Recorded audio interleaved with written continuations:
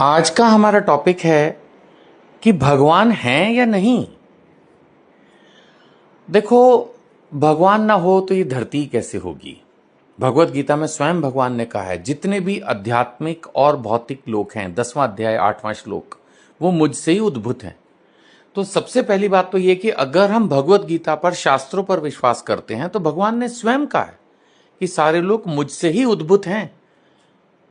दूसरी चीज, वैसे डिस्कस करने के एंगल से मैं सोच रहा था एक एग्जाम्पल इमेजिन कीजिए, जस्ट इमेजिन कीजिए कि इस समय जो एटमॉस्फेयर है, आसमान है, वहां पर कुछ लोग हैं और मान लेते उनको नहीं पता कि धरती से किसी ने सैटेलाइट्स छोड़ रखी हैं। नासा भी छोड़ता रहता है, पूरे वर्ल्ड से जाती है, इंडिया से भी गई हैं बहुत। और सपोज उनको नहीं पता, वो अभी कम पढ़े लिखे हैं मान लेते हैं, तो उनको यही लगेगा ना कि सैटेलाइट पता नहीं कहां से आ गई। जबकि हम यहां इस अर्थ पर बैठे हुए ये जानते हैं कि वो सैटेलाइट साइंटिस्ट ने मेहनत से डेवलप करके छोड़ी और पूरा कंट्रोल है, यहां से अपने आप से नहीं घूम रही वो।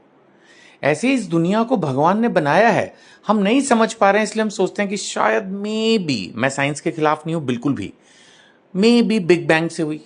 बट बिग बैंग एक ब्लास्ट से तो डिस्ट्रक्शन ही होता है ना, कंस्ट्रक्शन कैसे हो जाएगी। थोड़ा सा बिलीव कम होता है, तो शास्त्र पर ही विश्वास करना ज्यादा रियलिस्टिक लगता है कि हां, कोई तो है जिसने इस दुनिया को बनाई और मैनेज, कंट्रोल कर रहा है। सालों पहले हम कैलकुलेट कर सकते हैं कि सनराइज कितने बजे होगा, सनसेट कितने बजे होगा, मूनराइज कितने बजे होगा। कितनी सारी ऐसी चीजें हैं, सोलर इक्लिप्स, सब कुछ कितना कैलकुलेटिव है। इतना सारा कुछ अपने आप से कैसे हो सकता है? नहीं। और फिर अब आप देखो, हम राम और कृष्ण की कथाएं पढ़ते हैं, राम के प्रूफ के लिए राम सेतु है, कृष्ण के प्रूफ के लिए वो डूबी हुई द्वारका मिली है, फिर शास्त्र हैं, कितना कुछ है।